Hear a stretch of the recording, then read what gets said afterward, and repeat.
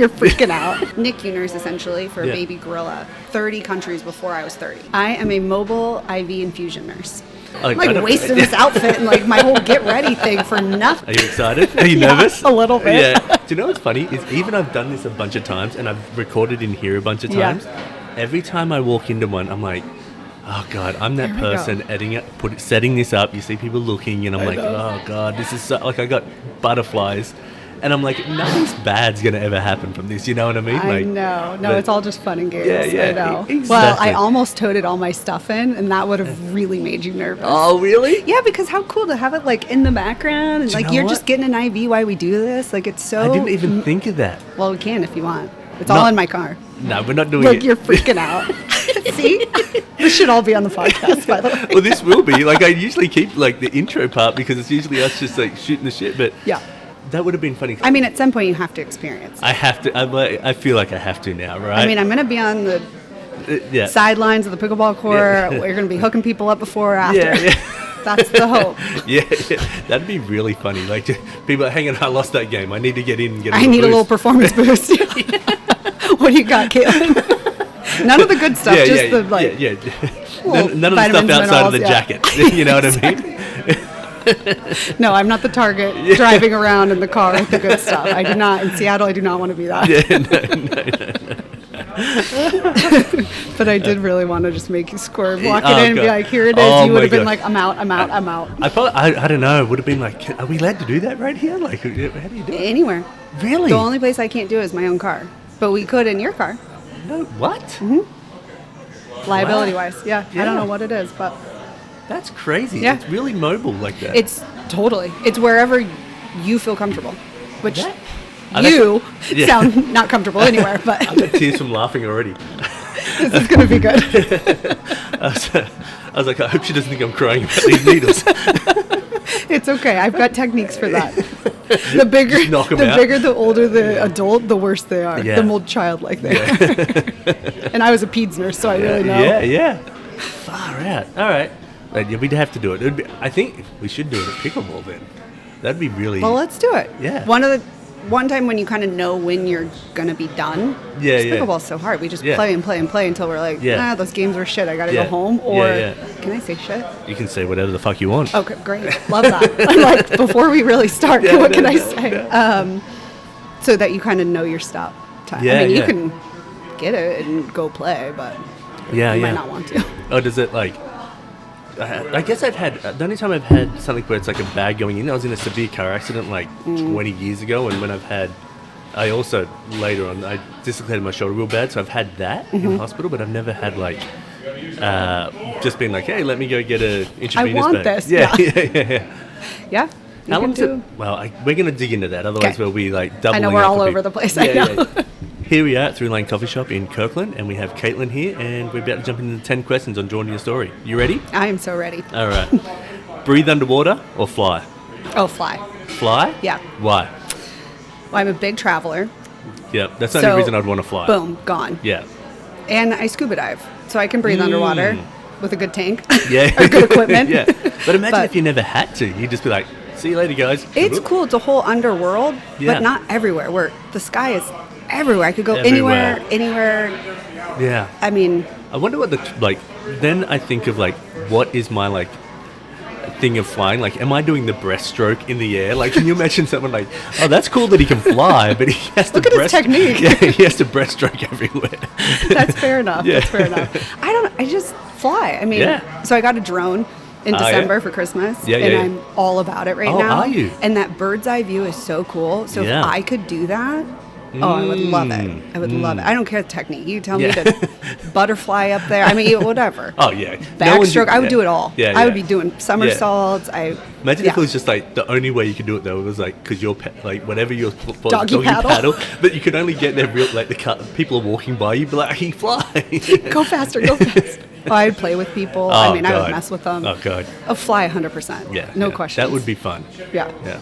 I feel like it would be one of those things where you get used to, I'm not scared of heights when, if I was standing up on that roof, I'd be like, okay, fine. But if I was on a roller coaster, I'd be like, someone else has built this, someone else has got me, in my fear I don't zone. trust it. Yeah, exactly. Yeah. So that's where I am. But I'm not a roller coaster person at all. Oh, so but I'm not really afraid of heights either. It's bizarre. Yeah. Like I would rather go to that roof and jump off it. I would be totally fine with that. Or rappelling. Rappelling's my favorite. Oh, but I'm harnessed in and all that. Yeah. And you're doing like you've done the knots. You like sort of trust, like you've felt the stuff. Oh no, see, I don't want to do that. I wouldn't trust myself for that. Oh, I don't really? I don't know the technique. I mean, anytime I've done anything, jumping out of a plane, rappelling. You jumped out of a plane? Yeah, it's the coolest feeling. But I mess with the people. I'm like, can you like triple check this? Yeah. Because I'm like, make sure the equipment's good. I think I'd be better about jumping out of a plane than I would be bungee jumping.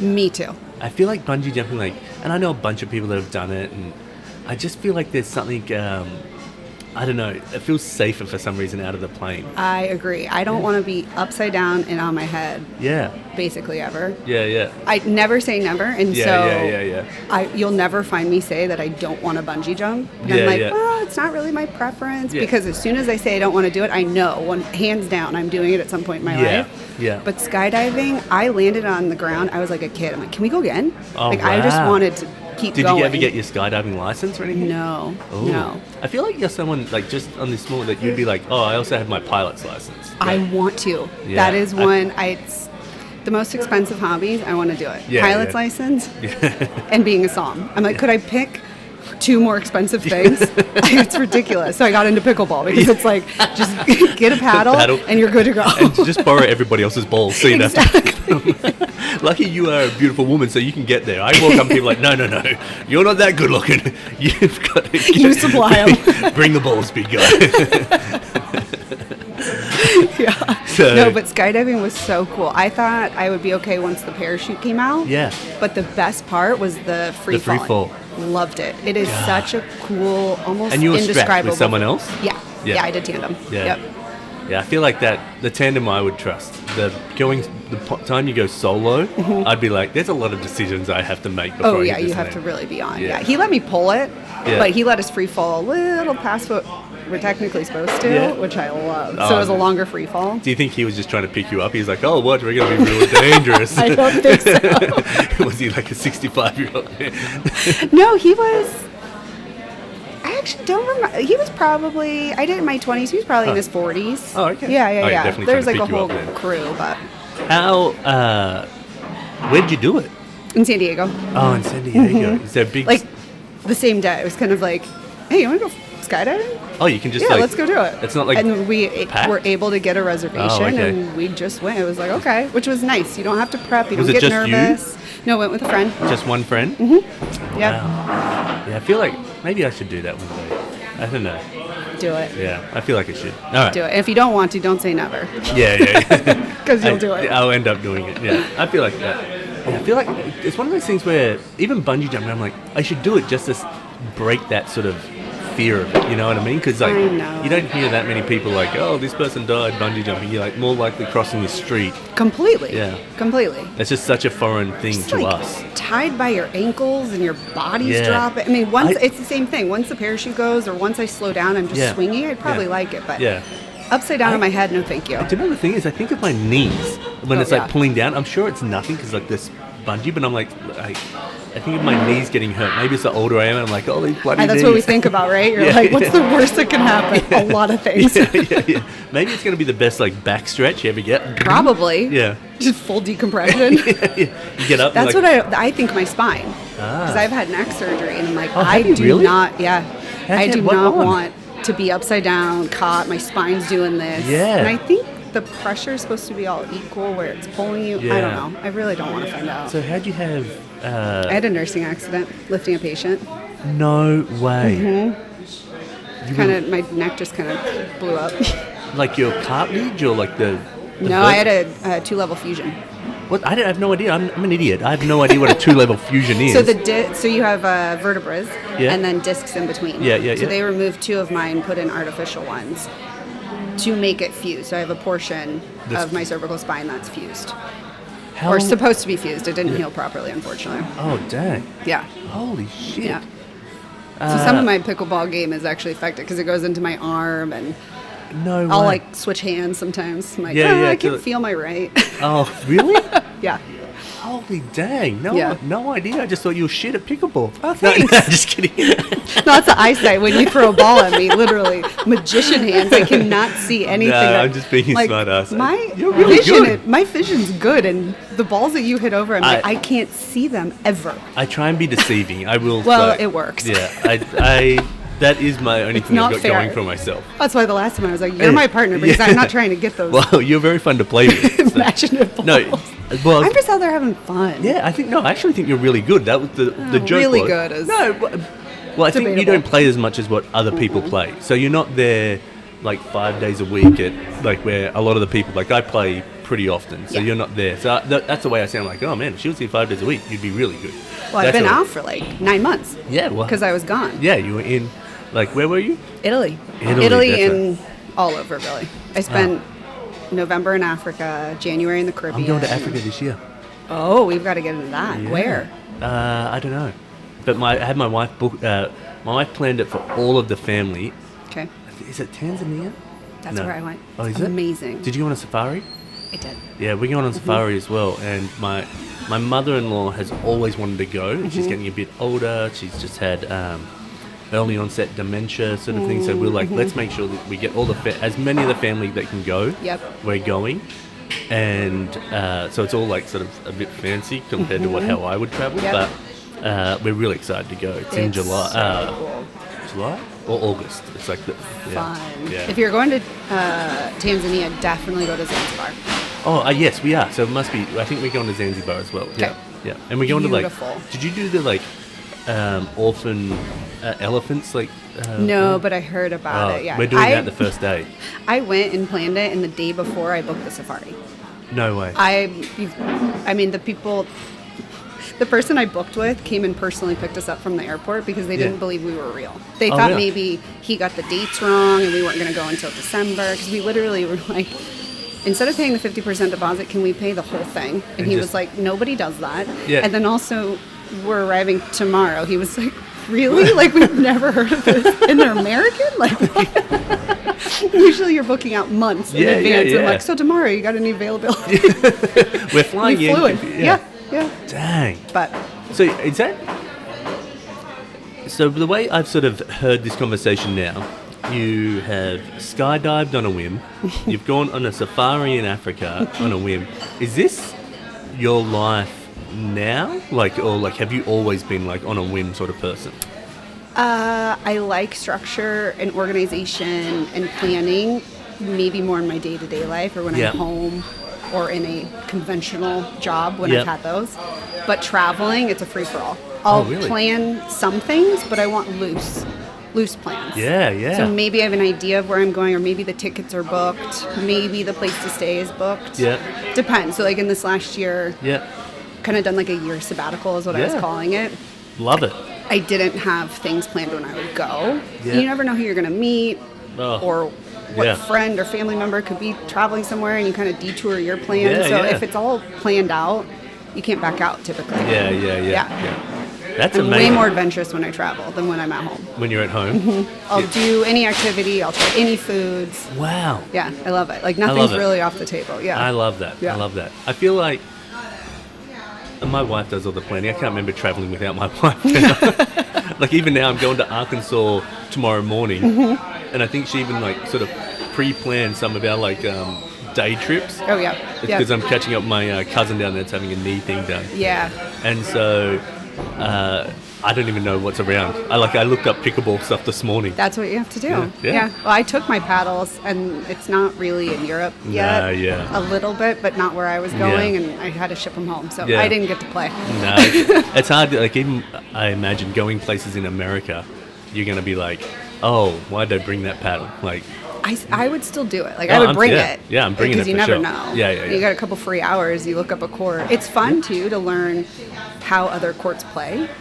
It is fun. It's also frustrating as heck. It is. Because if you can't get good games in or something. Yeah. I went down to San Francisco, and I went to, like, Pasito. Oh, no, not Pasito. Where was I? Oh, no, sorry. I did play in Pasito, but that was actually pretty good because you stacked on each court. It was kind of like... Oh, that's nice. You could, like... pick your court. Yeah. So, but when I went to Seal Beach in California, they had like, you put your paddle in, but you have the court for an hour. Oh, okay. And so you'd be waiting there. And so we were 2 people. Luckily, there was another 2 people that were like, oh, yeah, let's play. They had it for an hour. 2 other people were up next, and they were like, oh, we need 2 people. And we're like, well, we'll stay. We end up having it for 3 hours because... Oh, because you just kept getting asked to play. Yeah, because there'll be 2 people, and they'll be there 2 hours. Well, and then they're 2 hours. And so we're like, all right. And then there was this other 4 that wanted to stay together, so they were holding out for their court. Yeah. So... Could be good, could be bad. Yeah. Yeah, exactly. I've never seen a court... I don't that way. No, I feel like you just do the stacks. It's like way better. Typically. Yeah. I kind of like it when you do the individual court stacked. Because you kind of see who's playing. Yeah, can you, like with the one that they had like 6 or 7 courts, maybe even more. And then I think there was like a challenge court as well. Like you could go up there and that's where the better players were. Yep. At that time I was just trying to get into like, I think I had like 2 or 3 hours, and my mate and I were down in... He was from Australia, so I was like, oh, how can I get as many games in? So I was like bouncing from each one, and I'm like, what the fuck is this Australian doing? Where is he? Yeah. I'm like, somebody wants to play with you, but they can't find you. Yeah. I'm trying to get my thing. I've got 2 paddles. No, I didn't have 2 paddles. But, all right. What do you do to pay the bills? All right. Terrible segue, but I just remembered. I was like, oh, no, we have to... Don't play pickleball to make the money. I don't think pickleball players actually make any money either. Well, I don't know. It's getting... pretty popular, but it's probably popular, not a lot. Yeah, but I don't think that there's... What I hear... I actually never... I don't watch any pickleball. I don't know any of it. I just play. Yeah. You'll see me scrolling skateboarding or drawings. But not pickleball. Like, if it pops up, I might be like... But I'm bored after the 3rd or 4th shot, because I'm like, I'd much rather be doing it. I like the ones, have you seen where they bring their paddles in the airport and they just set up chairs, or they'll like take something off on a long layover, or people in their kitchens and they do it. It's like you can really kind of pickle anywhere. Yeah. Those ones I like watching. Yeah. I did that with my son when we were like waiting for my wife to get the car that we would like when we were traveling, so we're under the parking lot. I've done that. Yeah. In line for a ferry. We've gotten out of the car and just kind of dinked a little, not really playing, but you just sort of hitting the ball. Pass fun. The time somehow. Totally. Anyway, other than you not making money playing pickleball, other than getting free balls from all the players. Yeah. What do you do to pay the bills? I am a mobile IV infusion nurse. For idiots like me, which I'm sure everyone listening is not an idiot like me, can you explain that more? Yeah, so you get IV infusion, so intravenous is IV. I point at the arm, it can be in any vein, and it's kind of health wellness prevention. So vitamins, minerals, I carry some medication, so people that have migraines, hangovers is big. Pre-travel, I think you should have one, maybe before or after this trip. Boost your immunity. Okay. Yeah. I'm making you sweat because I'm really going to push this IV on you. I feel like we were talking about this a little bit before, whether it gets cut out or not, but I feel like I'm going to have this and show this on the podcast. So that Absolutely. Okay, we'll make it happen. I was telling you, and you really thought it was a joke, but I really think you need it. Okay. It'll help with your illustration. You'll be able to kind of visualize what's going on. Yeah. Just me tears on the side. Right. I'm just kidding. It'll be like this giant needle coming at you or something. You the cartoon effect. I really should actually. Yeah. That's hilarious. Yeah. I think they have them. Honestly, every time I get a needle, I'm like, oh, that wasn't that bad. And I've had a shit ton of them because of all my surgeries and stuff. But like, I'm just such a baby. It's not that bad. Yeah, I'd much the rather. The idea of it is bad. Way worse. Yeah. Like skateboarding, I used to slam, and me and my friends would be like, "All right, you got that out of the way, good." Like, and we'd be like, "Yeah, that was good." Like, I love the pain of that. Once you feel it too, you're like, "Okay, I can do it." It's the It's kind of like anything that's. Yeah. It's like when you're getting spanked by your parent. Yeah. It's like the anticipation. It's like, and you're like, "Oh, that wasn't too bad." Okay. Yeah. I know. And then that's when you turn around with a little attitude. And then they get it again. And you're like, okay, that one got me. Touche. You win. I'm the child. But yeah, it's health and wellness. So immunity, performance. Yep. Athletes are doing it for recovery, muscle recovery. So, okay, I'm going to backtrack and then I'm going to get back into it because I've got a couple of questions. So, how do you get into this line of work? Are you just someone that's like, hey, I've got a pin cushion at home and I'm like, let me try. I'm good at this. Yeah. No, so my background's nursing. Yep. The company I work for is Intervene Wellness Therapies. Okay. We're in several different states, but our biggest business right now is the Seattle area. Okay. And we're looking to grow that. Yep. And we only have ER and critical care nurses. Okay. So kind of the best of nursing. Oh, wow. We've done a lot of lines in the hospital. We Yeah, know yeah, that world yeah, really yeah. well, and we've stepped away from the hospital. Some still work in the hospital, too. Yeah.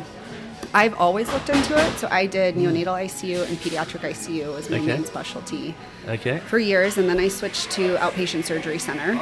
And I loved it because I was doing IVs all day long. So anytime I've kind of stepped or changed in nursing, I've always wanted to keep the IV skills up. It's just a good skill set to have. Yeah. And as the sick sense of humor that medical professionals have, I love doing IVs. If you weren't wearing a sweater, I would have already clocked the good veins. Yeah. What one is the Totally. You're like the good version of like a heroin addict. Like, you know what I mean? You're like, oh, hang on, where's that good vein? Like, except Where's not on the good yourself. one? Yeah, Exactly. You know, all the little tips and tricks. Yeah. Well, that's what's funny is I had patients in the outpatient surgery center, and the big burly men were just the biggest of babies. But the ones that were even worse were the ones covered in tattoos. Oh, yeah. And just freaking out about potentially getting this IV. And I'm like, you've had thousands of needles by the look of your arms. And you're worried about mine? Yeah. I've had tattoos, but I always think, like, the pain's so different, and you're almost like, I don't know, there's like, the reward is a visible reward, like, at the end of it. But you're not seeing it, like, one needle just push through you. But mind you, I'm a big baby. Well, it also doesn't go this way. It kind of follows. Yeah, so that's if you think about it like that, it's different than like an IM injection or something where it's just straight in and into the muscle. We're not doing that. I mean, I can. I have that stuff. But I can do that for you as well. I can. Watch out. I mean, here, so I do vitamin D injections. That's awesome. If they don't want an IV, you can give some of this stuff, IM or intramuscular. Okay. Vitamin B, all that kind of stuff. So how long has this been around? I feel like it's relatively new, right?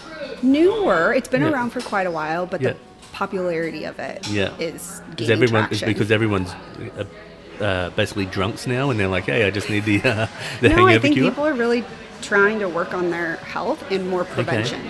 And not to really get into a lot of this, but our healthcare is not great on prevention. At least in America. Yeah, no, I fully agree with that. And so people either have gone through something and they try to get ahead of it, or avoid it since they've been through something, or they're just really good with their health and wellness and they want to avoid, diagnoses or something like that if they can and keep themselves healthy. How many of your clients are regulars? Like, do you have clients that are like, hey, I do this once a week on Tuesdays, and you're like, okay, that's my Tuesday slot. It's like a hairdresser or whatever. Like, do you have a lot of that, or do you have more sporadic? I have one consistent regular right now that I'm doing twice a week, but she's pregnant and very sick, and her doctor wants 2 to 3 times a week. She can't go to the hospital because she has 2 littles at home, and this is her 3rd pregnancy. Oh, wow. So I'm going to her That's house awesome. and doing it.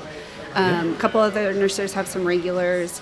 Usually it's like every other week or so, so we can check in, or even once a month. It's like, hey, your infusion was about a month ago. Are you ready to set up your next one? Depends on what they want it for. We do something called NAD+, which is gaining traction, especially with the pro athletes. Or just peak performance. I mean, really, a lot of people are starting to kind of get into that. And they like to do it consistently or do a series of them about every other week or so. Depends. How long does, do you get a Costco bag over these injections? Like, where it's just like a huge bag? Or it's like, how long does it take to, like, let's say... For the infusion? Yeah. So the infusion itself is about 30 to 45 minutes. The NAD we run much slower. It's actually kind of a funky one where it doesn't make you feel good when it's going in. You really don't feel, you don't feel well. So we slow it down. It's how the patient tolerates it. Some have been getting it for a while so they know the feeling. And it's interesting because the moment we stop it, you feel fine. So once it's done, you're good. So what's going in your body with that one? It's NAD, which I would really have to like pull out. The acronym is long. But it's a powder that we reconstitute. The first dose is a little bit smaller. Then we know how the patient tolerates it. It can be given by an injection as well. Typically, they like to boost it with some vitamins. So we start the bag of fluid. Usually it's normal saline. Well, it is normal saline. We don't mix anything. There's another bag called lactated ringers. I'm going over your head. I'm seeing you just glaze over. Well, no, this is the thing. Like, I'm an idiot, and I've been fumbling through life. So it's really good to feel like I'm having a conversation that's above my level. So that's all fine. Then I can be like, hey guys, I then I just point to the podcast and I'm like, hey, listen to this one. Yeah. Like, I'm going to murder it if I repeat it. Fair enough. So the bag is typically 1,000 ml. We go by weight on how much fluid volume we can give somebody. Yeah. So some people can get 2 liters or 2 bags of the short term. We would start with the vitamins if they wanted any other additives in it, and then you give the NAD with less volume. And it just so the patient can tolerate a little bit better. So with all these like infusions, what is the most popular one to go for? I would say gaining traction is this NAD. Yep. We have one called Revive that's good for the hangover. Mm-hmm. Typically when I've been giving that, we add more to it. Yeah. Most patients, at least that I've been to, we've got, my manager's just going to kill me for saying this. He hates when we call it a menu, but it's essentially a menu. I can hand it to you. Hey, what are you thinking you want? Yeah. And we can talk through what you're feeling. Some patients know the Myers cocktail. This guy, Myers, built his own years and years and years and years ago, and so people know that. But every facility you go to, we're mobile, but you can go and get this done in facilities. Sports clubs are starting to have them more. I know in Southern California there's places. I think there's one literally here. Down the street. Yeah. We're not going to market for that. No. This one's way better. Intervenes right there here. We go. Critical care nursing. But so Myers is big. A lot of patients know Myers, so I want your Myers. Okay. Okay. Well, what do you want in that? No. Because every Myers is a little bit different. So we've got our Myers. But again, we can doctor it up and tailor it to each patient. So a lot of times patients are saying, well, I kind of feel this, or this is what I've got going on in my life, and I kind of like, oh, trigger. Oh, okay, cool. Okay, you want some energy? Well, your bees aren't in that. Would you like me to put some bees in there? Yeah. Or you're Do going on a trip. Do people ever do a blood test beforehand and be like, hey, Some doctors are starting to send us patients as well, which is great. Yeah. So if the doctors want something certain, they can write some orders or have us work with them and kind of tailor it. Vitamin D, we can give so many until we say, hey, now you really need to go get your blood tested and check your levels. But I mean, for the Pacific Northwest, you're likely depleted, so you're not going to go over. When I first moved here, I've been here on and off for like 17, 18 years or something like that. When I first moved here, I was like, oh, this is great. No, I didn't have any problems. And it hit about year 3 or 4, and then I was like walking through sludge. And I'm like, I was grumpy, all this stuff, and we just had a kid. And so my wife was like, you need to go to the doctors. And I'm like, fine, let's go to the doctors. So I go to the doctors, and he does a blood test, and he calls me back like as soon as he can. He goes, hey, your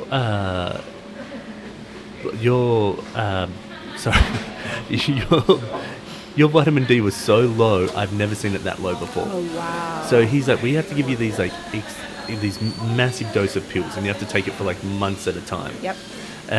Before he can get back. And I remember the day. I'll be giving you an infusion. There we go. An injection of vitamin D. They're injections, but. And so I was like, I remember I was like, sludge, and then all of a day, one day I woke up and was like, oh, hey, I can't wait to go to work.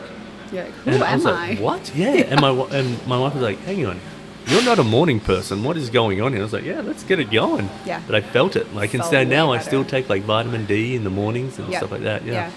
Yeah, so these infusions are great because the body absorbs vitamins and minerals so differently. And oftentimes when you take them orally, you're losing some of that. And so the infusions are great. So let's say that I did vitamin D. Should I be like, how would I know when to do it again? We would know that for you. Oh, okay. So we can give you so many injections right around the 2-month. If you're getting them consistently, we would send you back to the doctor and say, hey, just have it checked out. Make sure your levels are, within a normal limit. And then we could resume. And then up here, it'd be more seasonal. As soon as the sun comes out, in summertime, it's less of an issue. Yeah. And actually, right now, if anybody gets an infusion, you can get a free vitamin D injection. Oh. We're running that promotion right now. Awesome. Well, this won't come out for a couple of weeks, but maybe if I'll connect with you just before it comes out and see if it's still available. Well, you can do it. Anybody that says they've found me through the podcast or whatever, I can do that. Yeah. All right.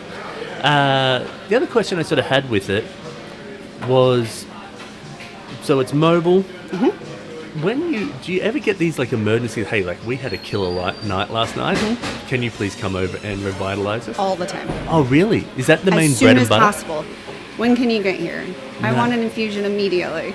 Can you, so I'm sure this can't happen, but that means you've got to be there for like half an hour, right, to sort these people out? About an hour. An hour. Yeah, the infusion's, I would say 30, 45 minutes. I usually tell patients 45 to an hour. Yeah. So it's once we have a good placed IV and good placement, because that could take a little bit of time. It might not be the actual poke or a couple pokes. I personally minimize my pokes. They're not going to put you through a whole bunch of stuff.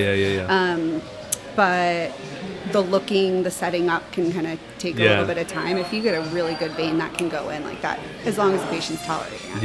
Yeah. So, but you've got to be there for, obviously, this sounds like a dumb question, but you've got to be there for takeout and everything like that and cleanup, right? So it's not like you can be like, hey, you're in, I'm going to come back. Nope. So I basically call you right before, ask some medical questions, make sure everything's good to go, show up to wherever the patient wants. So if they're comfortable in a hotel lobby, we can go there. At a coffee shop, we can go there. It's whatever the patient's comfortable with. So a lot of homes, a lot of offices, parks, tournaments, golf tournaments. I'm hoping to get into the pickleball tournaments a little bit. Some of the races would be great.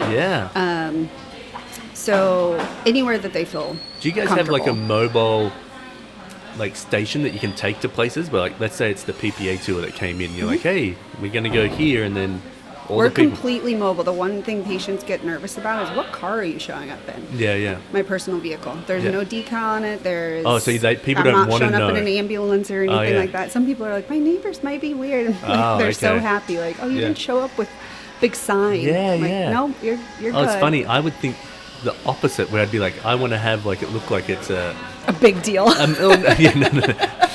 Like a medical, like they pulled up in, like, I walk in, sit in a proper the chair. No, because it's wherever's comfortable for you. So I'll walk in, like, where do you want to be? What's comfortable? Go to the bathroom. What's the strangest place you've done it?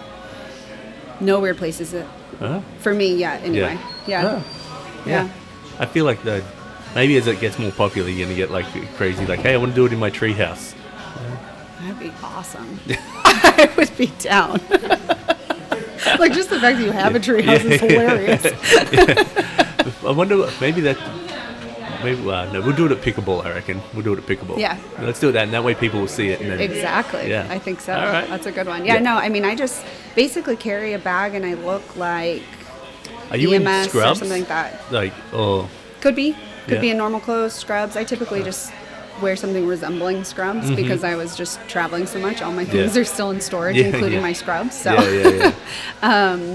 but we can go anywhere. It's like an EMS bag, basically. Oh, wow. Okay. Carry the pole, my little medication station. Yeah. You got to see it all. It would make a lot more sense. Yeah. What I'll do is also maybe we'll pull some pictures up and we'll pop some pictures up in this conversation. That way people can see. People can really visualize. We've got a little video. So, the ones that call in and they're kind of nervous or they don't know what to expect, we can shoot over the video. They can see it. They can see the treatments we offer. I'll put links and stuff like that so people can pull in from that. Perfect. Yep. All right.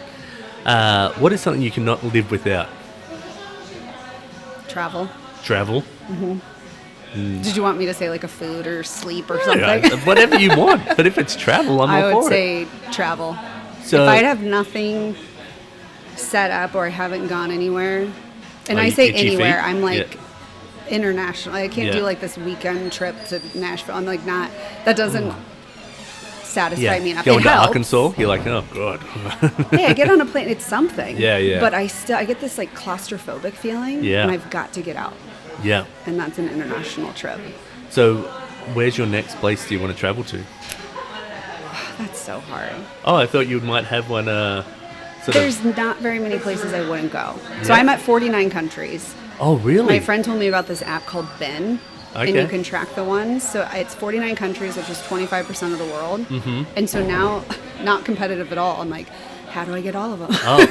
I just interviewed someone who was an old co-founder of an app that we had, and she did 7 continents, before she was 30. That was one of her goals. That's awesome. So I was 30 countries before I was 30. Oh, wow. And now I've just kind of kept going. And I was like, okay, we'll just keep doing this. 40 before 40, 50 before 50. And is there any countries you're like, I'm not doing that? Because I know, for me, I love to travel, but there's definitely countries where I'm like, I don't think I got that one in me. There's several that I've gone to that I have no interest in going back. Yeah. What one do you recommend for everyone to go to? On which continent? You have to break it down. Oh, okay. You can quick fire a few. Okay. Croatia, Italy, Portugal, Albania. Oh, okay. Tanzania. Tanzania, yep. Yep, big time. South Africa was amazing. Yep. Probably Vietnam. Actually, Hong Kong. That city is really cool. My auntie and uncle lived there for a while, and I never got to visit them there. I visited them when I was in Singapore, which that was pretty amazing to me. Yeah. But, It depends on what they're looking for, too. Yeah. People ask me travel tips all the time. Like, well, what do you want? Where do you want to go? What's your time limit? 'Cause that's the other thing. Oh. If you're going to go to Africa, you need, I did my first safari trip was South Africa, actually 2020 when the world was shutting down. Yeah. Oh, God. Almost barely got home. Yeah. But it was only 2 weeks. And I say only 2 weeks, which is great for Americans to travel, but I'm used to doing like a month. Yeah. And that was the longest flight. It was 24 hours of airtime and the shortest trip I had taken. Yeah. What am I doing? I think about that when anyone says, where should I go in Australia? And I said, well, how long have you got? How long do you have? Yeah. Because Australia is the same size as America, basically. And if I basically say stay on the East Coast because you're going to get more bang for your buck, more time. But if you've only got 8 days, I would go 1 day in Sydney and then go pick something that is so far away from what you know because you want to see something. You go to Whitsunday Islands or something like that. But if you've got a whole bunch of time, then let's do it this way. Yeah. So, yeah, I feel you on that. I've got to get over. I still haven't done it. I have family in Australia. I haven't gone yet. Whereabouts in Australia? Sydney. Oh, do you? Yeah. Oh, well, that's nice. I need to get down there. I'm dying. But I want to do New Zealand and Australia. At the same time? It doesn't. I mean, I'm going to go. But I would like to do appropriate amount of time at both. Both, yeah. So many people do both at the same time and give New Zealand like a week. Yeah. And they all say it's not enough time. I've never been to New Zealand, so I can't speak on it. But all the stuff I see feels very Seattle-like. Really? But the culture is what you're going for. Yeah. Like, you're seeing that. That's very mountainous and stuff from what I can tell. But the Australia side, maybe it's biased, but you go up to like up to Cairns and you're going up to like the Great Barrier Reef, or you go into the rainforest. You're seeing all these things that you just like put your head underwater and you're seeing 1,000 fish that you've never seen before. Right. You know what I mean? I just can't wait to dive. Yeah. The Great Barrier Reef. Oh god, that'd be so much fun. Yeah. We were on this island. This was back when I was in grade 3, so I'm like super young. We're on this island called Green Island, I think it is, off Townsville. And there are fish jumping out of the water. There's a stingray swimming around us. You dip your head down and there's just everything around us. Now, I wish that, like, I did a little bit of snorkeling and I haven't done scuba diving other than when I was in a pool. Yeah. But I did a bunch of snorkeling when I was a kid. But now I look back, I'm like, can you imagine what it'd be like just, you can imagine, but like just sitting underwater, being like, I can just look at this stuff without having to go and hold your breath. But like, it's dang. amazing. Yeah. It's a whole underwater world. Yeah. It really is. And it's so peaceful and quiet, and there's so much to see. You really have to look. I mean, a lot of them are camouflaged and hidden. And Have you got Disney Plus? I do. Yeah. Yep. Have you seen the series that's on Discovery Channel called Up Close with Animals with Birdie? No. So it sounds like I need to. Yeah, it's really, really cool. He's very excited about animals. So, but he goes to Galapagos Island and he goes underwater there, and like he's got the full mask and everything. But when he's cruising around there, the sharks don't even care about him. They're like, the seals don't care. Like, they care, but they're like, oh, I'm doing other stuff. You know, you're just a part of it. And that's the stuff I'd love to go to. I've done shark diving a couple times in Fiji and South Africa, and it is really cool. What type of sharks are you diving in South Africa with? Great whites. I was in a cage. Fiji, I was cageless. Oh, okay. In a cage, okay. But in Fiji, are you doing like reef sharks and stuff like that, or? They had, I might get this wrong, lemon. Oh, okay. Bull. Oh, jeebus. And two other types that I don't want to. Nothing to mess with. No, and there was one female, and she had a scar on her face, and they called her Scarface. And the day we did it, she actually didn't show up, but that was the one I really wanted to. Oh, okay. But I loved it because I was one of two people in our group that had an underwater camera. So they pulled us to the front. You almost had this like little tiered seating. Yeah. Not seating, but like you kneel down and you're scuba. And so they put the people with the cameras like in front of everyone, so you can really kind of get a good, like the sharks aren't coming in between people. You can get a good picture. And I've got several where they're so big because I'm so close, they didn't even, like the head and the tail are not in the frame. No. Yeah. That'd be really funny if you put that up just in your house with no head, no. Yeah, it's just, people are like, what is that? Yeah. But our guide came just like bright-eyed, racing over to me, and I was like freaking out, like what is happening? And I had a piece of chum like over my forehead, and I was like, oh my god, this is what happened to me. Like, he's like ripping it off my head. Cool. You're like, what? Don't get my face? This was cageless. And like, awesome. No. He's like ripping it off. I'm like, thank you. What was the cage like with great whites? Because this is something I've toyed around with where I'm like, would I do this? Do it. It was. So they hadn't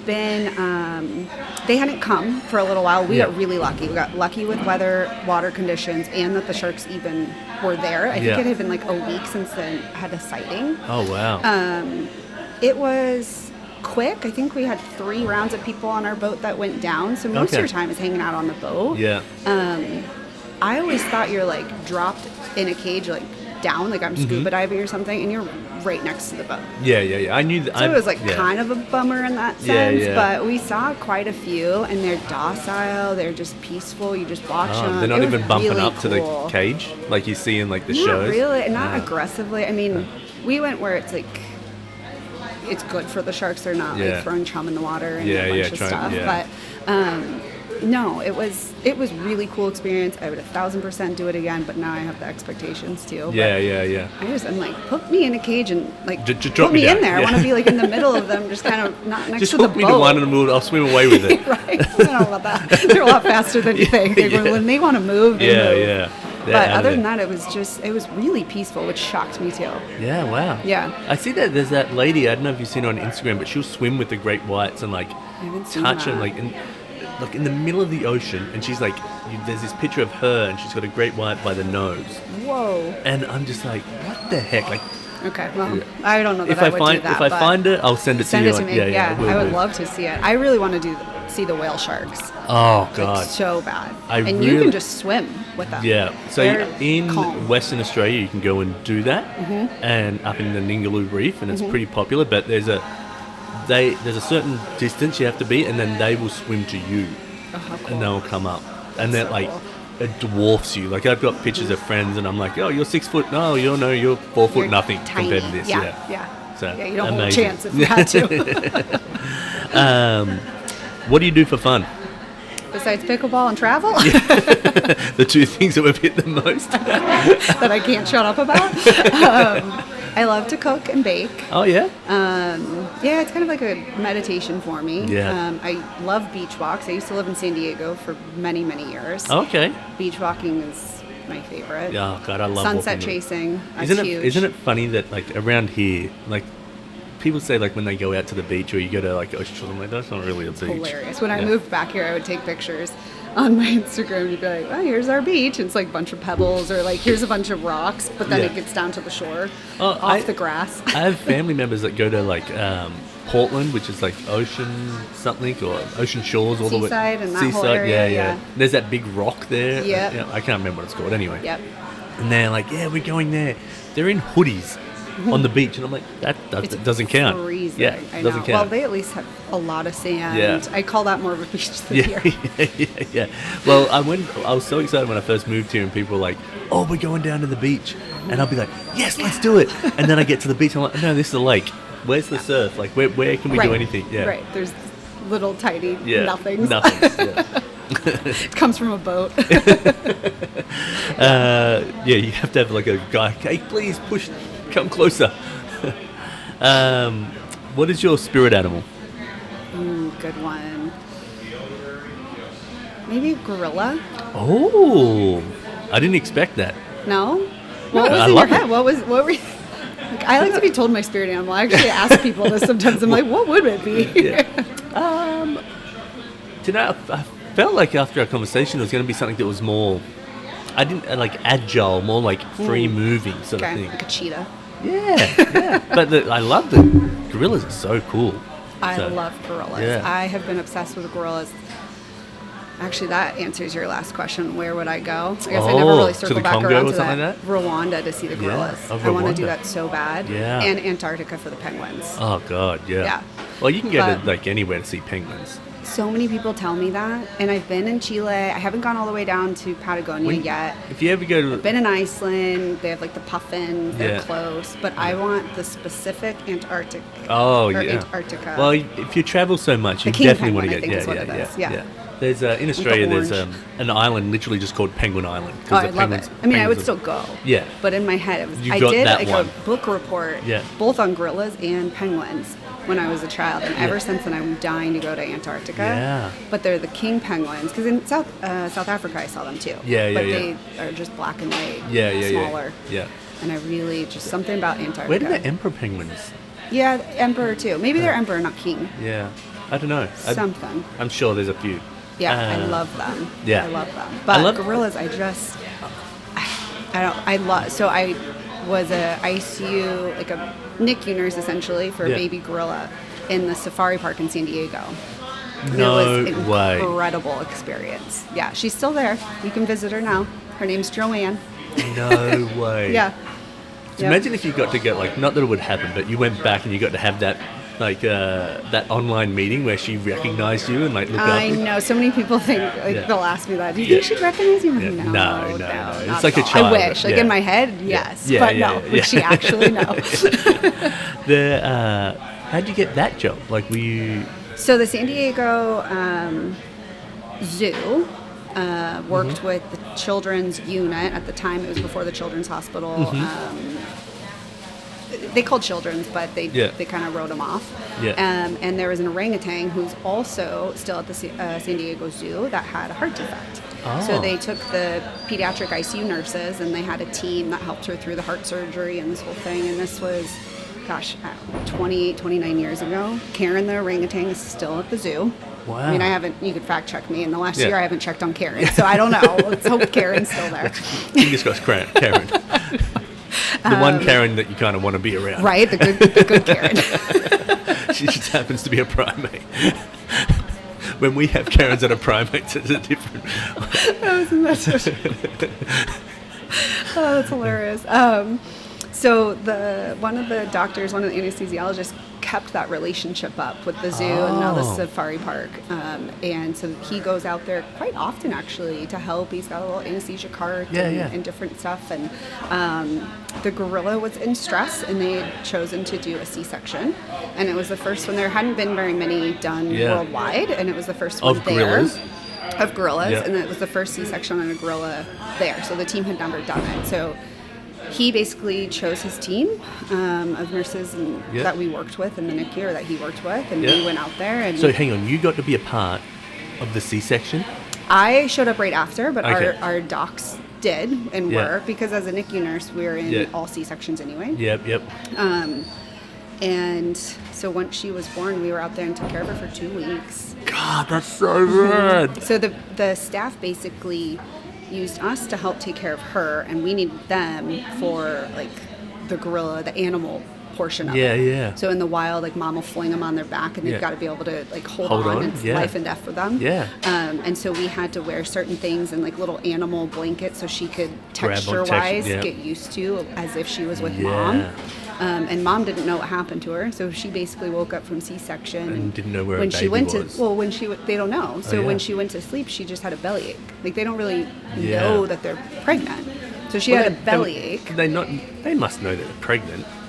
That's how it was described to us. It's basically she, like, had a bellyache, and then normally you would go through the process and she would understand that she had a baby, right?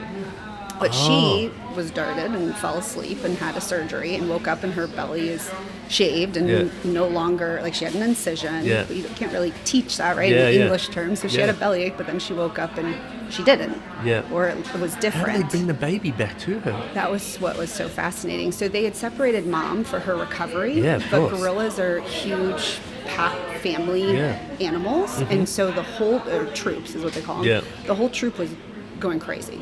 Just literal ape shit. Best time to ever use that, right? You've been holding it. You're literally like, I can't wait to use this. I can't wait. Bring it up. It just came up. But as I was saying, I was like, oh. Yeah, you're like, great. Well, this works. But they were the whole troop. They weren't sleeping at night. They were stressed, and so because one of their tribe has just disappeared. Yep. Oh wow. So mom had been taken away, and they didn't understand, and they are just stressed and anxious and didn't sleep. And so, for the benefit of the whole troop, they reintroduced mom. Yeah. And some of the younger girls would go up and kind of point at her belly. There's videos on their Instagram and the news. It's all over the news. Actually, my family in Australia called my parents, like, I saw Caitlin on the news. Is that her? Because it's like nobody knew that I was doing this. That's crazy. And you could see him kind of point, and mom just kind of gently pushes their fingers away from her incision.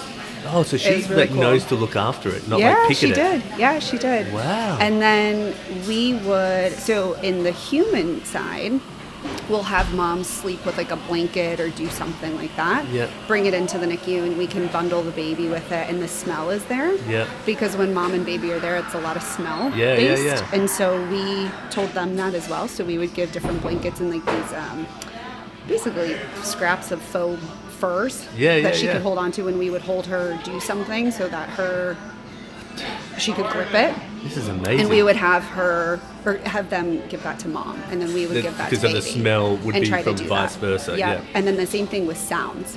So they started playing sounds for her from mom. Wow. So mom kind of was aware, and then they were also training mom about pumping because they were trying to get some sort of breast milk to come in because she was separated for, I think it was 10, 11 days is how long it ended up being, to stimulate her milk production without baby there. Were they able to, this sounds weird, pump and get, isn't it that first? The colostrum. Yeah, colostrum. So they were teaching mom, so they would separate her to kind of train her and like put their hands up, or have her hands, the trainer, so they have trainers each, so they would do the trainers up through the whatever they call it, like a gate fence kind of thing, and train her to be up there so that they could pump and just that stimulate must be so that. Foreign for that animal, right? But she did really well, and so after I think it was 11 days, they decided to reintroduce baby to mom separately from the troop, because the silverback, the male, has to accept the baby. If he doesn't, it's basically just step on it and it's gone. Oh god! And I was like, no, it was like my baby. I was like, do not step on baby G. So they reintroduced. There's a beautiful video online from the safari park. It's still there, and almost every year around her birthday they'll redo it. If you find that, send it to me and we'll see if we can put it on here. I totally will. It's so cool. So they reintroduced baby. They had her in the separate area, brought mom in, and she went and like scooped her up and immediately started breastfeeding her. It was beautiful. My gosh. So then she was reintroduced to the troop through mom. Everything was perfect and fine and great, and now she's 7, maybe this year 8. Oh 8 wow! years old. Yeah, that's crazy. Yeah. Well, that's amazing that you got to be a part of that. I feel like a further on question you're gonna answer that. Okay. Well, actually, the next question: what is something you say to yourself, I can't believe I did that? Literally that. Yeah. That is. I would say that. There's probably quite a few in my random adventures and travels that you look back and you're like, whew. Yeah, I did that. I think of some of the stuff I got into, like dumb mischief, and I'm like, I survived that. That probably, some dumb college activities where like, that was really not the smartest choice, and I'm lucky to be alive. I think about that, like some of my surfing things, some of my like car accident stuff, my yeah, same. I've had some of those surfing, car accident. All right, since you answered that one already. Sorry, boring. So lame. It's so lame. Oh, I just looked after a baby monkey. Ugh. Who hasn't done different. that? Oh, that's right. I forgot it was a gorilla. That makes it a bit. Who is your go-to person? Ooh. I have a great support system, so I would say family and friends. Yep. Is there someone? Probably no, like one. It depends on the situation of the thing. On like who you go to for what. Okay. Yeah. So let's say that the first person you call after you get an amazing opportunity with intravenous, where like, hey, we just signed a big deal. I was the one that closed it. Who's the first person you call? Other than the company, like my manager? No, it's all sorted out. It's all dialed away. You get to call someone and be like, "This." I do that much. It's like I don't really do that either. Yeah, like if a friend calls, they're like, "What's new?" I'd probably just say it, but it's not like, "Hey, guess what?" Okay. What about partner trouble? Who's the first person? Well, I'm single, so well, at some point, have you ever had a partner? Yeah. So then you have my girlfriends. Okay. Yeah. Sweet. Is there other single girlfriends that like you go, hey, okay, we're on the same sort of level here. I'll call you, or yeah, a few of them. It depends on the timing. Like so many of my friends are married with kids now. Yeah. So there's honestly less than a handful that are even single anymore. What's it out there like? Terrible. Is it? I don't even know the rest of that question, but it's just terrible. I've got a mate, and he became single when he was 40, so like 2 years ago or something like that. Mm-hmm. And then he's like, haven't done any of these social dating apps or whatever like that. And I said, I guarantee as soon as you get on this, you're going to be flooded with all these because you're going to be new meat in the water. Yep. And then it's going to go quiet for a while. Yeah. And that's exactly what happened. But he's had some of the stories he tells me, I'm like, that can't be real. That's not a real story. He's like, yep, fully real story. Yeah, it's crazy. Yeah. I mean, until recently, I had pretty good luck in the sense of like I didn't have these horror stories that a lot of my friends have had. Yeah. Since then, I've 100% been catfished I caught before meeting the person. That I think was actually supposed to be like a financial scam. Oh no! But he's really pushing these investments in crypto, and I was ding, ding, ding, what's going on here? It was just bizarre. Yeah. Like we're not talking. Like, all done. But no, I just be like, I was willing to give it up for free. Don't worry about the crypto stuff. Just take my money. Don't ask. I'll give it to you. No, but it's not even fun anymore. Like, I feel like dating should be fun. Yeah. And with these apps, it's like interviews. It's so awful. Like, you're reading through resumes, and then I'm a firm believer in the first time you meet is not the first date. It's like a meeting. Mm-hmm. And if you want to continue on, then I'm like, then it's a first date. And then it's kind of like, maybe this is a little traditional, but I'm like, so set up a fun first date. Like, now we've already met each other. Let's make it fun. Yeah. The amount of times you get coffee or you get a drink and like, can we do an activity? Can we do something? Like, it should just be fun. Because at the end of the day, if we don't work out, let's at least have fun. Yeah. Like, why can't we do that? We had a good time, you know what I mean? Yeah, I feel like you'd kind of go broke if you're single and you're trying to do something fun every time. I don't know. You could throw frisbee in a park. I mean... Oh, yeah. Imagine if someone was like, I'm going to take you to pickleball. You'd be like, I think I found the one. I know, right? Without you asking, like, you take that out of you. Some people know that I play pickleball, but they're like, I've never played. Do you want to go? And I'm like, it is a really social sport. Yeah.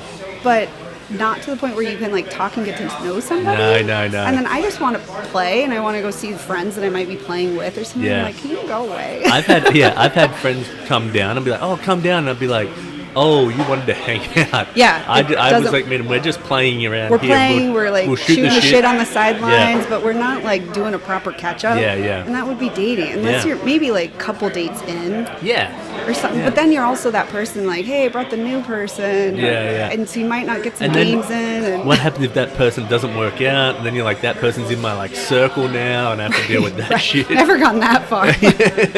I just worry about like, if I wanted to end it, but I still want to play pickleball, what do I have to like fake leave the date and then circle back to the court? I'm like, I just want to play. This isn't going to work. You walk to the car, but you just keep walking. Oh, I'm just going to hit your loop back. I'm going to use the bathroom, I guess. And, nice to meet you, but I don't know. That would be hard. I'm like, maybe date 3 or 4 or something. Or if you're real lucky, I'll take you to the pickleball court. That's when you know. So if I ever see you come down to the pickleball and you're like, hey, I'll be like, oh, all right, this is serious. Ah, so he's made it on a couple dates before this. Yeah, now you know. Yeah. That's amazing. What would be your, like, an ideal date then? Like, let's say that... Good question. Oh, okay. No, actually, let's go back a little bit. Take away the dating apps. If someone was to walk up to you and be like, hey, I find you... I don't know how you word this without a man being, like, sounding creepy. Hey, I find you beautiful. Mm-hmm. Can I take you on a date? Mm-hmm. Now, that seems very forward, but... I'd be impressed. That does not happen. See, I'd rather this happen off the apps. Yeah. But people don't do that. They don't? God. People don't do that. I've been with my wife for so long. But when I was younger and I was dating, I got shut down so many times. Yeah. Like, I do feel like internationally it happens way more. Oh, really? But less in America. Yeah, they're more forward. In Australia, they are definitely a bit more forward. Yeah. But I've even got Europe mates. As well. Yeah. I feel like Europe's even more forward than Australian. Probably. Like, Europeans come to Australia and then, like, Australians are like, whoa, pump your brakes there, big guy. We're forward, but you're definitely putting your You're aggressive, yeah. You're putting the shoes in my door already. Right. Yeah. Let's hold off, yeah. Yeah. So, yeah, I feel like I hope never to be single again, but I would be like, oh, man, I want to approach that person. Mm-hmm. Like, you know what I mean? But there's also that, like, the butterflies. Like, we both, like, when we were doing this, you know what I mean? Yeah. It's nerve-wracking, but, like, when you achieve it, like, that's the achievement. Yeah. The texting, like, it's sort of like a...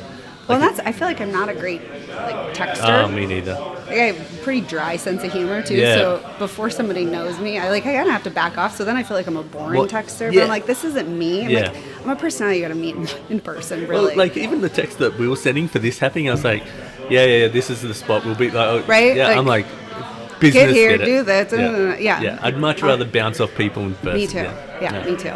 So and then the apps, it's like, there's a lot of mentalities. Yeah. And I don't know if it's worse for men or women. I have no idea. Mm-hmm. But where it's like the next best thing, or there's another thing out there. So that people will hold out of like, well, this is great, but what else can we do? And it's like, I can imagine that. I imagine whatever it is, I imagine it's worse for women. Yeah. Like, I imagine the amount of like bad messages you get is like 100 to 1 versus what men would get. Yeah, I don't know. I've heard my guy friends, I've heard some pretty wild stories. I'm like, really? People? Yeah. Then I'm tame. Yeah. Yeah, I feel like men are just gross, I think, for the most part. Yeah. Which I think that's the first foot you're putting out, like, what's the next? Right. Yeah. Like, that doesn't make me sign up and say, yeah, sure. Yeah, let's get into number this. 1. Yeah. Dick pic. Right. Oh, gosh. Immediately out. Oh, God. You know how many men can't even take a selfie? Or the ones, like, especially on profiles, I'm like, those are the photos? Oh, that like, you chose? You don't have a girlfriend in your life or a mom, sister, aunt, like, have somebody just check your profile a little bit? Oh, yeah. Like, that is not... I had my friend that I was talking about, I'm pretty sure he had... One of our like local sort of friends was like, "Hey, can you go through and choose the pictures for me?" Smart. Yeah. He's a good-looking dude with a massive dong, so he wasn't doing anything. So he was fine. He was fine. He plays guitar. He's a cool, like, cruisy dude. Like, he's doing well. Yeah. So. Yeah, but he could have set up a horrible profile. Like this down there? Yeah. You would be surprised. Yeah. Just terrible. Yeah. My thing is, like, if sunglasses are on in every one, or your smile's closed, I'm like, what's going on? What kind of teeth are we talking? Yeah. Do we have teeth? What are we talking about? My best mate Sparkles kind of dated this girl years and years ago. You say his name is Sparkles? His nickname is Sparkles. Love that. Yeah. Okay. Like, I literally have Sparkles tattooed here. Oh, Next time I don't have, like, that's awesome. I'll show you it. And he's got MM tattooed on his arm. We were drunk one night, but we didn't get it while we were drunk. We got it while we were sober because we thought our drunk idea was so good, but now we both love it. So it worked out well. That's awesome. But anyway, he was sort of like into this girl, but we were both working this festival, this concert. Mm-hmm. And I was working the door with the girl, and he was one of the people that helped run the festival. Anyway, she had these big glasses on, and she was cool. She had something like, oh, this is ugly. I was like, she is gorgeous. Mm-hmm. She took off the glasses, and she's got these really small eyes. So we would refer to her as small eyes. But it's not that she had small eyes. It's just in comparison to the glasses. You didn't know what was behind them. Exactly. Yeah, you never know. No. Yeah, it's got to have somebody just take a quick peek at Unless, imagine if they had like really beautiful eyes and they were like, oh, I'm going to save these. So you get to the date and then you're like, whoa, dang, like a great reveal, you know? That would be awesome if that could happen. It does not go that way. That's like not many times you show up and then something's better than what you expect. They pull it off, it's a patch. Stranger things happen. People are like, you set up the date and they're like, can we share Instagrams? I'm like, oh no. I immediately know. What does that mean? Well, because you can really, females are really great about investigating, right? So you're not just looking at the profile, you're now going to what photos are people posting of you, because that's what you really look like. Oh. And then you immediately know, you're like, you actually did use your 5 best photos on this app, and I immediately want to cancel this date, but I don't have the heart. Oh, really? Oh, I would be brutal, I think. I think I need to start being brutal. I'm so over it. I'm done. Now being back and after being in Europe and coming back to America, I'm like, I feel like if I was, especially a woman, like, and any woman, but even dude, it's the time. Like, if I'm not into it, I'm wasting your time. I'm wasting my time. So if it's not going to happen, bang. But I do think that with these apps and like, you don't get that time to sort of investigate. You know what I mean? And so like, oh, I may not find you that attractive, but mentally you stimulate something me, like stimulating, but we don't get to that point. The banter's great or something. I've done both too, where it's like, well, how long do you really sit and talk before then you meet and you're like, well, I wasted all of this time. Or you meet immediately and you could have vetted that person without having to ever meet them. It's so you wasted your time, especially as a female, like getting ready and that way. And it's like, I'll call friends after, text and be like, you want to meet for drinks? It's like, I'm like wasting this outfit and like my whole get ready thing for nothing. This date sucked, but like, who's going to meet me for a drink now? Yeah, I like that. Yeah, making like lemon out of lemon. Right, lemonade. Out of lemon. Okay. What's an unspoken social rule that you love or that you hate? Give me an example. What's an example that I really love? I will. I think I have like one or two, but okay. I really like a handshake. So if I meet someone, whether male or female, I'll normally, unless it's at the pickleball where like or social where I'm like, or I love the like little fist bump. That's pickleballs. Yeah, like, just how you going? And then like even if someone I don't know yet, I'm like, hey man, how are you? Like I don't want to leave you out. Yep. But when I'm like going to meet someone and be like that I haven't met, I'll be like, hey, how are you? Like I want to meet. Yep. Who are you? Like Yeah, and my granddad told me like about how to do a proper handshake, and it's always been pretty accurate, like on the those the limp firmness or the limp. Oh my god, get out of here! If someone's too firm, and I'm like, whoa, you're trying to break my hand. What are you trying to get across? Dry hump my leg if you want to get this over with. You know what I mean? Like, but let's just like. That'll happen when I meet a patient and the firm ones. I'm like, okay, that's my IV. Like, Now I'm shaking. To break my hand that I'm about to poke you with. Okay, I can see that. That's fair. I like that as well. I'm a big hugger, so I like the hug introduction. Not like a total stranger off the street. Like I like the fist bump or something like that.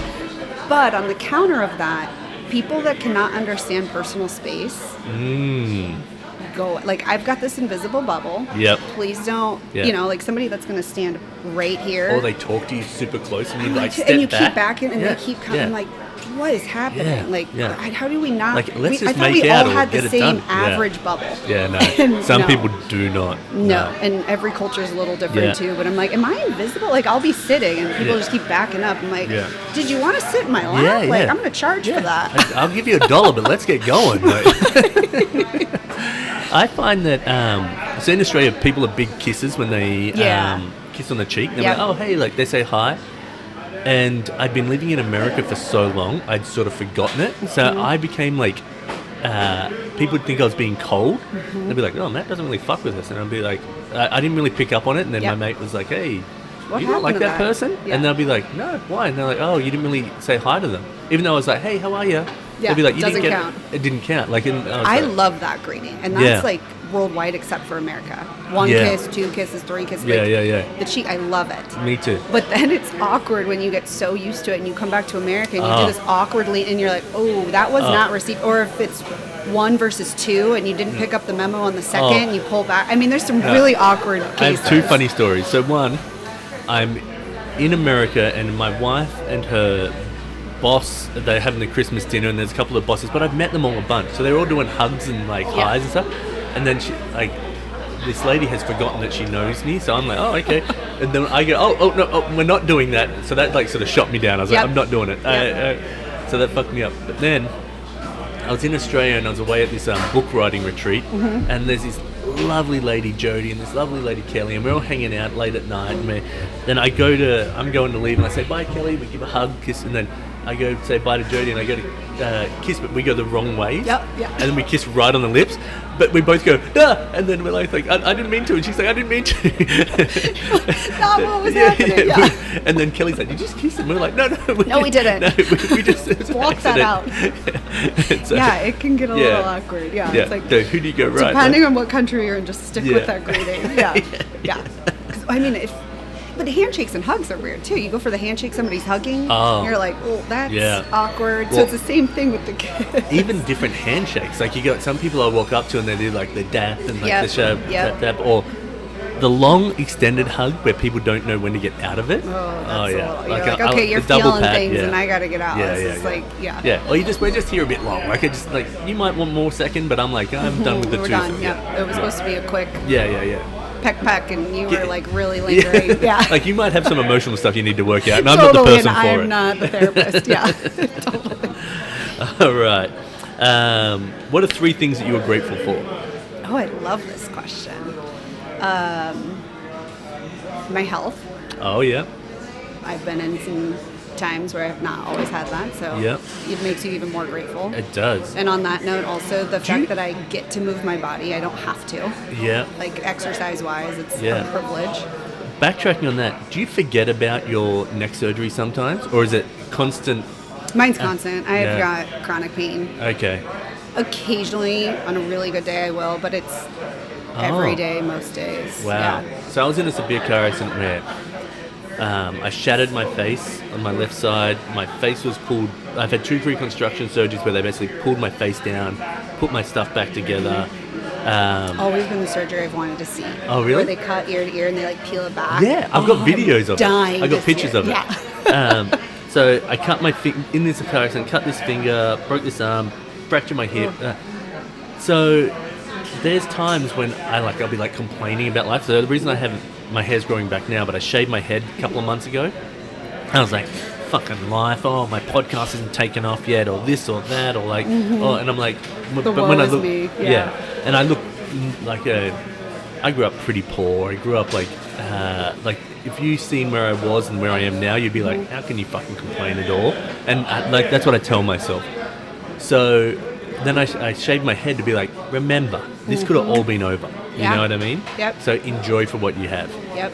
And sometimes even though my knuckle, I wasn't ever meant to be able to bend it again, and because of drawing, I was like, I was there as if I was Arnold Schwarzenegger. Yeah, exactly. I'm competitive. You say no, I will do it. Yeah. I was just bending it for 24 hours straight, and then finally it was hurting like hell. But I don't forget about it. Then sometimes I'll knock it and I'll be like, oh, that's right, that. Yep. And so it reminds you. It sort of sets you back into that sort of motion. But you're in chronic pain most of the time. I have certain levels of that pain. And when I feel that, I nearly freak out because it takes me right back to where I was. Yeah. And then I'm almost afraid for the coming days ahead or how bad it can be. Yeah. And it's a really hard, I'm like, we still got some maybe PTSD in there, you know? And that one really sucks. It's the pain that I will often not say anything about my pain. If I do, it's probably ER level of pain, where most people would go to the ER for it, and that I just deal with. But so if I'm actually saying something, I'm really pushing my limits of tolerating it. But I've had massive hip reconstructions, been bedridden. I spent basically a year in crutches or in a wheelchair. What was with the hips? Hip dysplasia. Bilateral hip dysplasia. How do you do that? Just some Mine's congenital. Tinder date? No, it was developmental. So mine was not congenital. You can either be born with it or you can develop it. And I developed I developed it. Oh, okay. I'm really passionate into it. I'm pretty close with my hip surgeon. I actually have 2 hip surgeons. Okay. 4, 6, 8 surgery? 6 to 8, depending on what you count, because I had screws, they've been removed. Oh, yeah. Multiple hip surgeries. Did you have to get the screws removed because... My surgeon takes them all out. Yeah. So it's called a PAO, or periacetabular osteotomy, for really fancy schmancy lingo. Yeah. But I nailed it. I know exactly what you mean. Yeah. Totally. Right. Yeah. Typically, there's 3.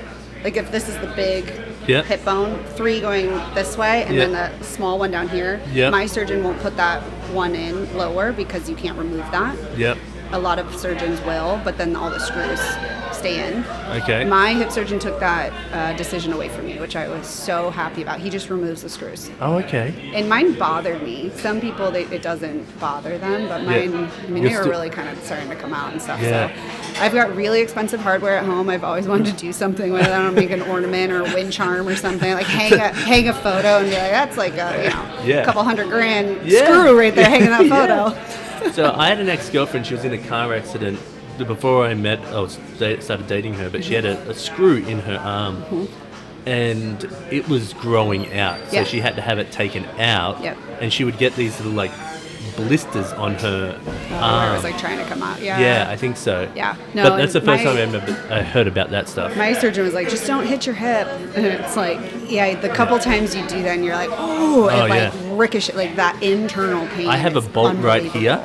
Ooh. And so for people on the camera, it's like right near my left eye socket. Yeah. And sometimes like I forget about it all the time. Mm-hmm. And so I've got a bunch of them around here. But my kids sometimes will like, we're playing and just like one little weird touch, and I'll be like, oh my gosh, why? The zingers, like the nerdy zingers. Yeah. I feel you on that. Yeah. So I would say you're like a bionic woman. Yeah, I mean, the only metal I have left is in my neck. Oh, but okay. I had a bad car accident as well. I had a bone removed from here, gnarly infection from that. After that, my hearing's a little funky still. I mean, according to their testing, it's normal. And I can tell you it's not normal. Like I plugged this ear and I'm not hearing as much, but whatever. You adapt. That's how I feel. Like my shoulder doesn't rotate as properly. I've got like scars in my head that like I've got a divot here where they've like replaced it with some sort of thing. They said it's as hard as concrete, but I can feel a heat difference from here to here. Like I get migraines a lot. Yeah. And see, you need to call me. Yeah. Got the infusion for a migraine. If I called you every time for a migraine, you'd be like, stop calling me. My Tinder don't suit me yet. Migraines are and so but I can feel when one's coming because it heats up. And I'll be like, so I get an ice pack and I can put it there and like fight it off for a little while. But so anyway, we have your health. I think we started talking about me for there too much, but that's all right. I mean, I feel like some of the people that exude joy, those people I always love talking to, because I'm like, you've been through some stuff. What is that? Because they've felt it, seen it, been there, and it's like, I feel you. You are just always going to be grateful that you're here. You know, I wish I was more grateful on that side of things. I think sometimes I get sometimes I feel too driven. Yeah. And then I'm like, I'm not living in the grateful moment. So I just have to hard on yourself come back on it. Yeah, you got to give yourself grace. You're like, look where you come from, though. Yeah. I mean, for me, I was like, I was bedridden. Like, I had to relearn how to walk twice. Like, that is so it's pretty crazy. cool. I forget about that all the time. Thinking about my neck. I forget about my hips all the time. Yeah. With the exception of the massive scars that I have. Do you have massive scars? Oh, yeah. They're like that on each side, probably 8 inches or so on each side. Wow. At some point, I really wanted to write a book, and I was going to say that'd be a great measuring device. I mean, I've got photos. I mean, it's all over my Instagram. I got really passionate about it when I was bedridden, and I started a blog. I started a company after it on medical mentoring, but then the COVID whole thing hit and no extra people could go in, so I just stopped that. But at some point I want to write a book, and I don't really know exactly the storyline, if it's just my story or how I kind of weave in things from life. But one of the titles I have are called These Are My Tattoos. And I don't have any tattoos, but I have these scars and incisions places, and it's interesting because I paid a shit ton of money for them, but I didn't get to choose the location, and I didn't get to choose the design. but they tell a massive story yeah. like a tattoo. Yeah, I've never really thought about it that way. That's a great way. It'd be really interesting if you found people with really interesting scars and then interviewed them and then did a coffee table book or stuff like that. That is such a good idea. Or even an Instagram, like doing that, but it's all about the scars. Such a good idea, because I love hearing people's stories. So that's what I was telling you when you did this. And I was like, I'm just drawn to your title of it. Like, I'm all about this. Man, you could do a whole thing with that. No, you could do a whole thing with intravenous of like you sit down with people and they get the intravenous and you have a conversation with them, but you've only got the time. Yeah, in their I mean. Yeah. I love that. I should just start asking people. Usually through doing that and the chit-chatting you got to do and you're doing the insertion and just kind of... Yeah, but if you had like a little... even if it was like...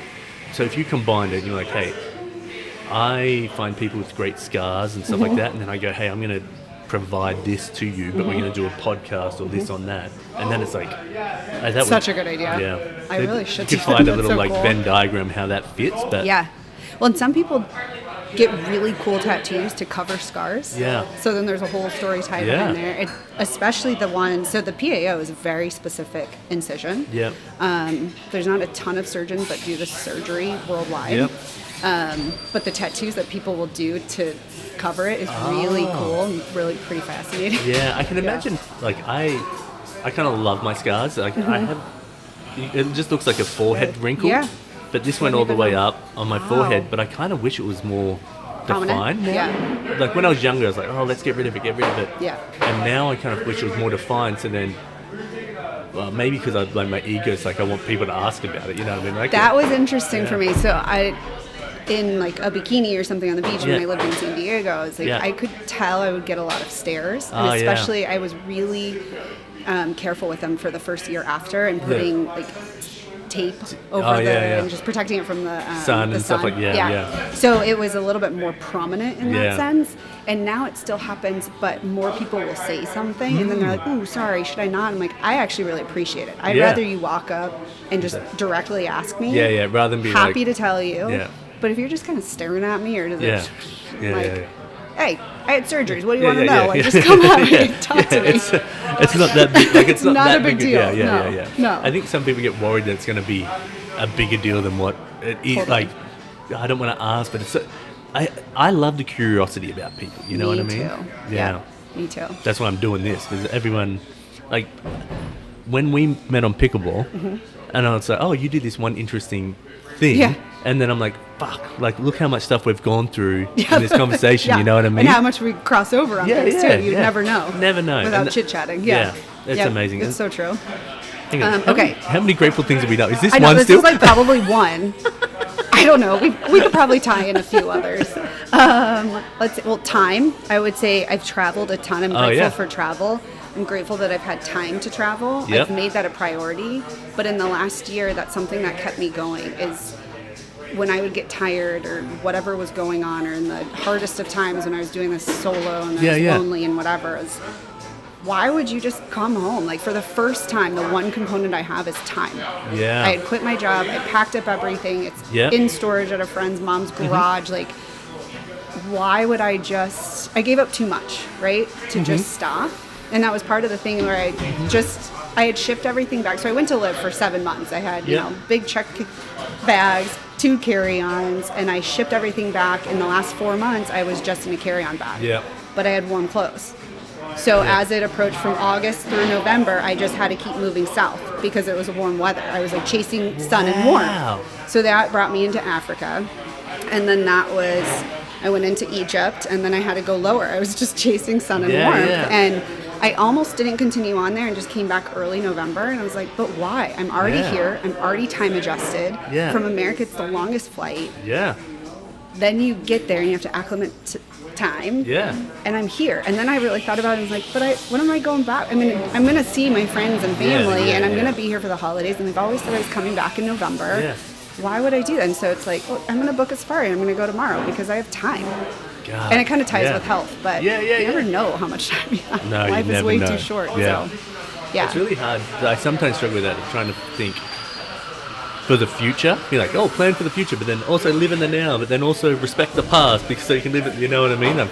I think too much. Yeah. So, that's amazing that you were able to just travel for the sun. You know what I mean? Mm-hmm. You weren't like, oh, okay, I got to go buy new clothes to stay where I am or do this. You know, it was a good way to keep me focused too. Yeah. Well, and I know, like, in my hardest of times, I need people, sun, and warmth. Yep. And I'll pull right out of whatever I'm in. Yeah. Or it's enough distraction or something. Do you think you're an extrovert or do you think you're an introvert?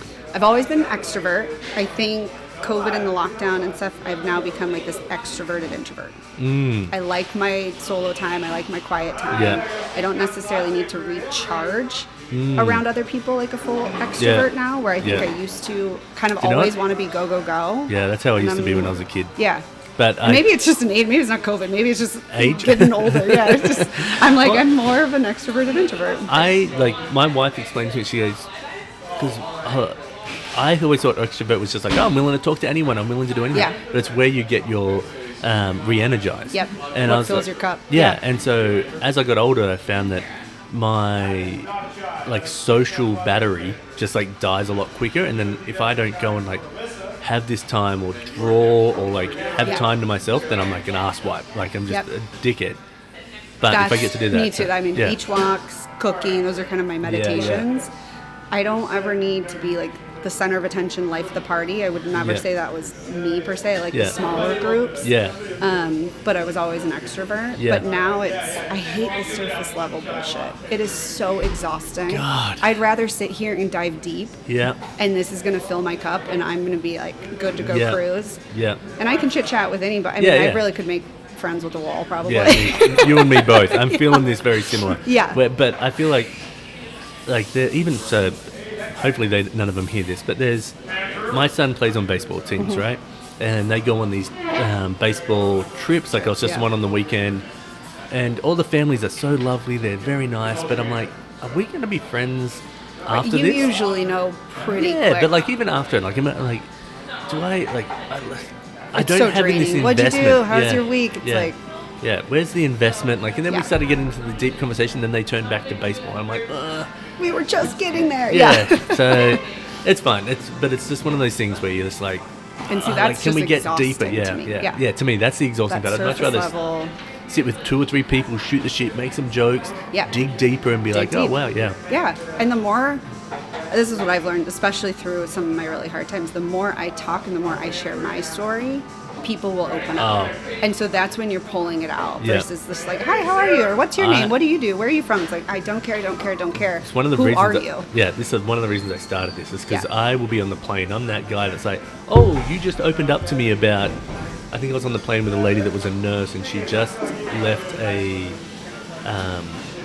being an OBGYN to go work for Planned Parenthood. And she was I was a bit nervous to sort of say anything. I'm oh no, let's chat about it. And that's the conversations that are great to have. Yeah. So and my wife is when the plane's bumping around, she's throwing up, and I'm still in the conversation. Sorry, honey. Yeah. I'm you good? She's yeah, I'm good. I'm all right. I met a nurse over here. Yeah, exactly. So that's 2 things. 2 things. Okay, we got a third. One more. I don't know. We've probably hit a few in there, but I know. The subtext of the text. Yeah. Let's see. Third thing I'm grateful for. My community, I would say my family and friends. I've poured a lot in, my people are my people. Yeah. But it's where I have really put my time and effort. Yeah. And they've been with me through so many hard things. Yeah. And I'm an only child, so my friends are literally the family I've chosen. Yeah. They are my people. Yeah. Wow. Yeah. And so are they mainly from around here where you've grown up? My San Diego girls. Oh, yeah. Okay. I've got some up here for sure. Yeah. But I was down there for half my life. I spent 17 years down there. Oh, wow. I didn't realize it was that long. Oh, yeah. And all my surgeries, everything happened down there. Oh. Yeah. And so my parents would come down and help me, but my friends were in the meantime, and they really kept me afloat. It's so amazing. With my car accident, I had a couple of mates that would just come over and watch movies with me, but because my body was so trying to heal, I'd just end up falling asleep. Yeah. And I'd fall asleep on one of my mate's arms, and he'd just be I'm just waiting here until he wakes up. I'm nap stuck. Yeah, exactly. So I'm always so grateful for that, and people don't realize how that much sort of help, or the stuff that's not hey, I brought you food, I brought you this. I'm It's the stuff Those where you little just things. little things of just being there. You know what I mean? Yeah. Yep. I'm Very really much grateful for different that. than the like, how are you doing? It's like, I'm not going to ask you what I'm going to bring or how you're doing. I'm going to come over and either just sit and listen or I'm telling you what you're going to get from me. Yeah. It's amazing. I love that. Yeah.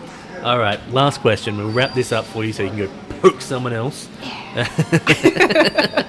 that too excited?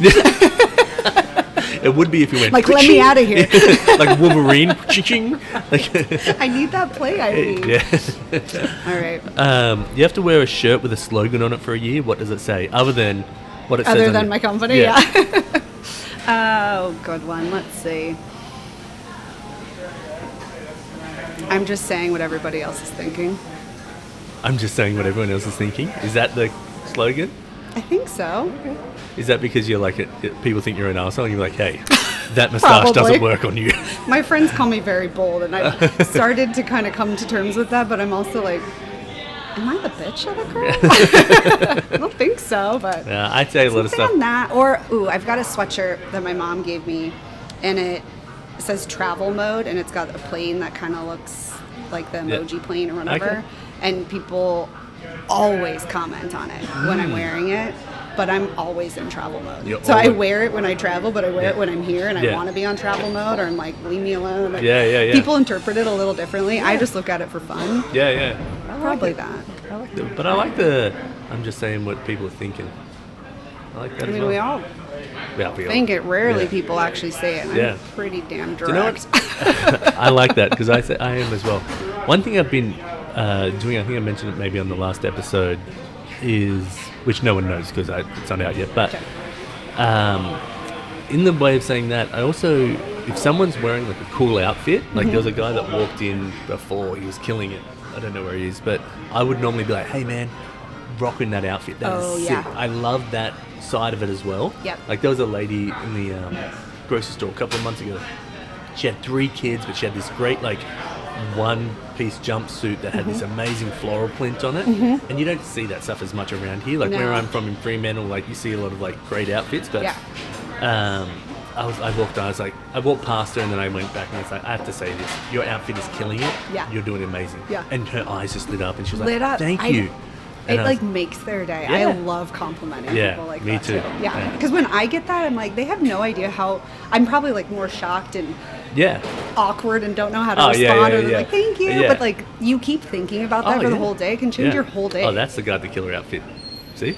Oh, Oh, a whole vibe. Yeah. He's got everything going on. And it probably took him no time, but it looks like massive effort went in, which is so cool. Yeah. He's just like. It looks like no effort, and I'm just doing what I do. You know what I mean? Yeah. I love it.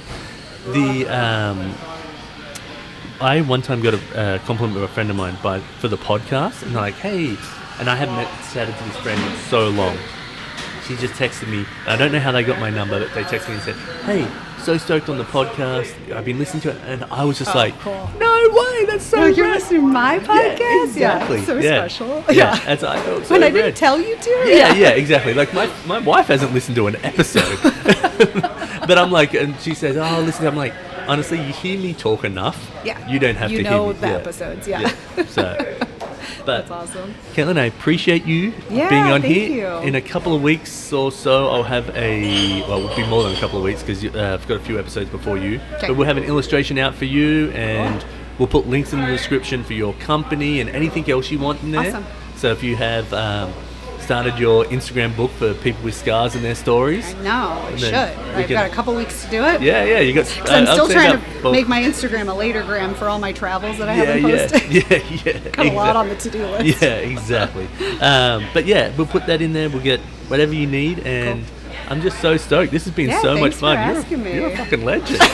This is rad. So you are. No, I can tell you. A lot of my friends tell me different. Are they friends? I thought they're supposed to build you up. If you're one of my friends and you're not, I was going to say, if you don't rip me apart, like, I've got a mate that will rip me and I'll be like, fuck, why do I love this so much? Yeah. That's your best friend. Yeah, exactly. That Those is Sparkles. ones know they can do it. Oh, Sparkles. I'll see. Exactly. Got it tatted on your arm. Like he's got to call you out. Yeah. My family, like, if you're not ripping, then you don't really That's like... not love. Yeah. You don't love me. Yeah, exactly. I love it. Well, thank you. I can't wait to poke you. Yeah. Dang it, I thought I got out of it. No. I'm going to get that fake IV and really scare the shit out of you before I come in on. We'll make sure that happens, and hopefully we can do it. I really want to do it at pickleballs, and then people can see what happens and see how good I play straight after it. Right? Yeah. Just like play purposely bad for a few games. And then come off on the sidelines and I'll inject, and they'll be like, "Holy shit, Caitlin, what's your availability?" Exactly. Well, there was a guy there doing massages for everybody the other day. Well, stretching. It was stretching. Yeah, stretching. Yeah. Were you there that day? Yeah, I was there. Yeah. I think that's how the conversation started with us. I don't know. But anyway. It was the same day, so maybe. Yeah, he brought his table and like... Yeah. I don't need a table, right? I just bring my bag, but nobody knows what's in it until it's the IV pull that really does it for people. No, I'm excited. I think we should do that. We'll film it. Yeah. We'll make it happen. That's right. Let's do it. Sunny day. Sunny day. Yeah, you're not getting out of it. No, I won't get out of it. I'm in. This is just like bungee jumping. If you're like, we're doing it, I'm in. Let's make it happen. It's not that bad. You even admitted it. Yeah, I know. We've got proof. About an hour ago. Yeah. You said needles aren't that bad. I remember. Yeah, but that's because I was a heroin junkie. No, it wasn't. Oh, man. All right. So I got to find the good veins. Challenge accepted. All right. Well, on that note, happy Monday, everybody. Oh, God. All right. Well, thank you so much. This has been so good. Sore cheeks. I know, my abs. This is like an ab workout I didn't know I needed. Oh, this has been fantastic. All right. Thank you so much, Caitlin. We'll make this happen. I can't wait to do the drawing. I can't even finish this. I can't wait for your cartoon.